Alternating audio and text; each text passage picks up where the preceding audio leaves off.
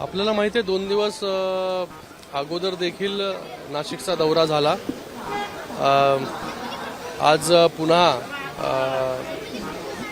चांदवड, त्याचबरोबर धुळे, मालेगाव असा दौरा जो आहे तो आज आहे आणि या दौऱ्यामध्ये 7 विधानसभा ह्या आम्ही कव्हर करणार आहोत। गेल्या 2 दिवसा अगोदर 6-7 विधानसभा झाल्या। महाराष्ट्रभर हा दौरा चालू आहे, जिथे जिथे जिल्हा परिषदा निवडणुका आहेत आणि माननीय प्रधानमंत्री नरेंद्र मोदीजींनी सगळ्यांनाच आवाहन केलेलं आहे की सगळ्यांनी होईल तितकं गाड्या ज्या आहेत त्या आपल्या कॅनवामधून कमी केल्या पाहिजे, जास्तीत जास्त पब्लिक ट्रान्सपोर्टचा वापर केला पाहिजे आणि मला वाटतं आता नाशिकला चांदवडला येण्यासाठी ट्रेनचं ऑप्शन्स देखील खूप जास्त आहेत।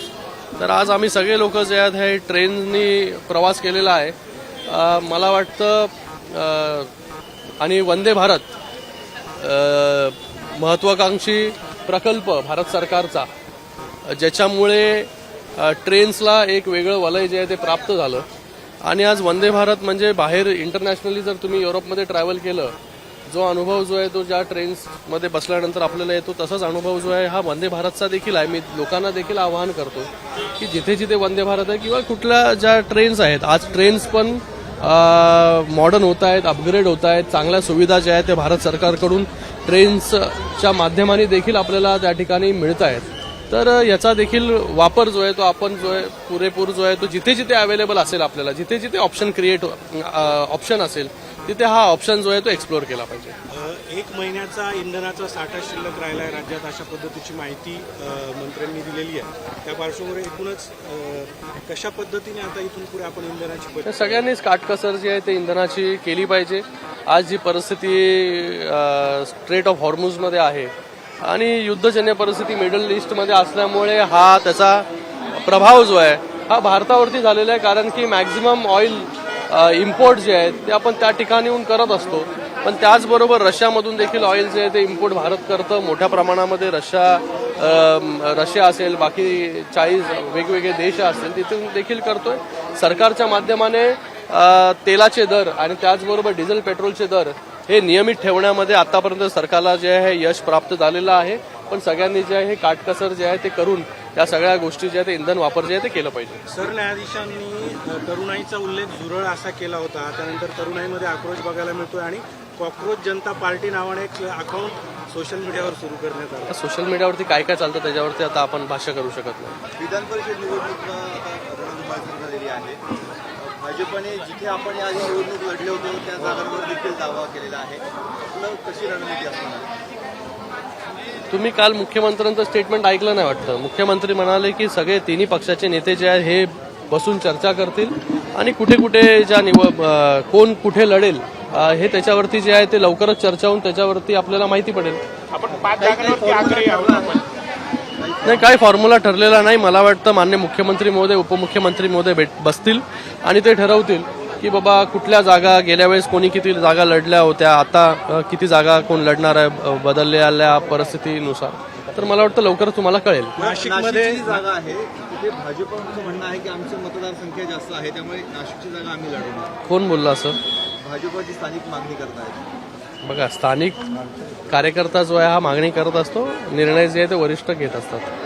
दादा, तुमचा दौरा आता ज्या भागात होतोय त्या भागामध्ये कांद्याचा प्रश्न ऐरणीवर आलाय, अगदी कवडीमोल भाव मिळतोय, शेतकरी खरं तर मला असं वाटतं आता केंद्राची देखील कमिटी या दौऱ्यावरती आलेली आहे दर निश्चित करण्यासाठी आणि काय परिस्थिती आहे कांद्याची, कांदा उत्पादकाची। तर मला वाटतं त्याच्यावरती कमिटी अभ्यास करून लवकरच त्याच्यावरती तोडगा जो आहे तो काढला जाईल। गेल्या काही दिवसापासून ऑपरेशन टायगरची पुन्हा एकदा चर्चा होते, आपल्याला राजाभाऊ वाजे भेटले, स्पीकर मुख्यमंत्र्यांना भेटला आहेत, काही घडामोडी येत्या काळात बघायला मिळते। ते तुम्हाला कसं सांगणार?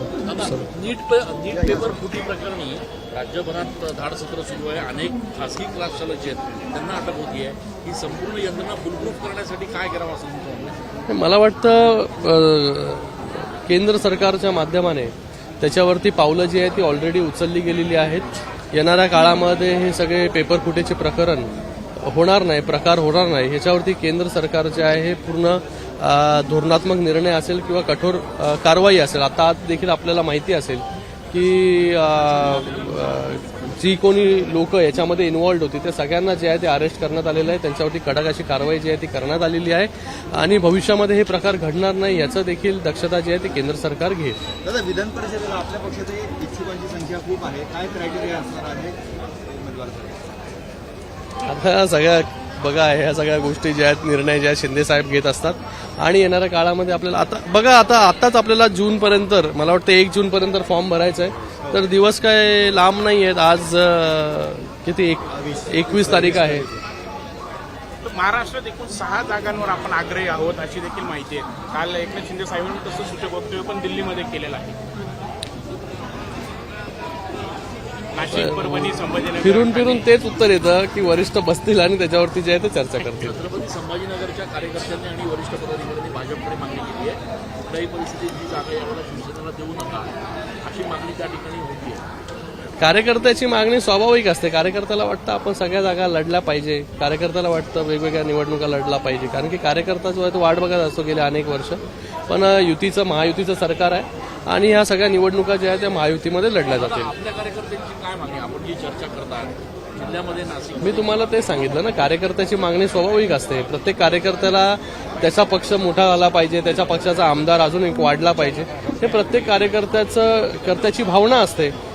पण महायुतीमध्ये असल्यामुळे आपण महायुती म्हणून कशा प्रकारे एकत्र येऊन लढू शकतो याच्यावरती जास्त भर जो आहे तो सगळ्या नेत्यांचा असतो. एबीपी माझा, उघडा डोळे बघा नीट.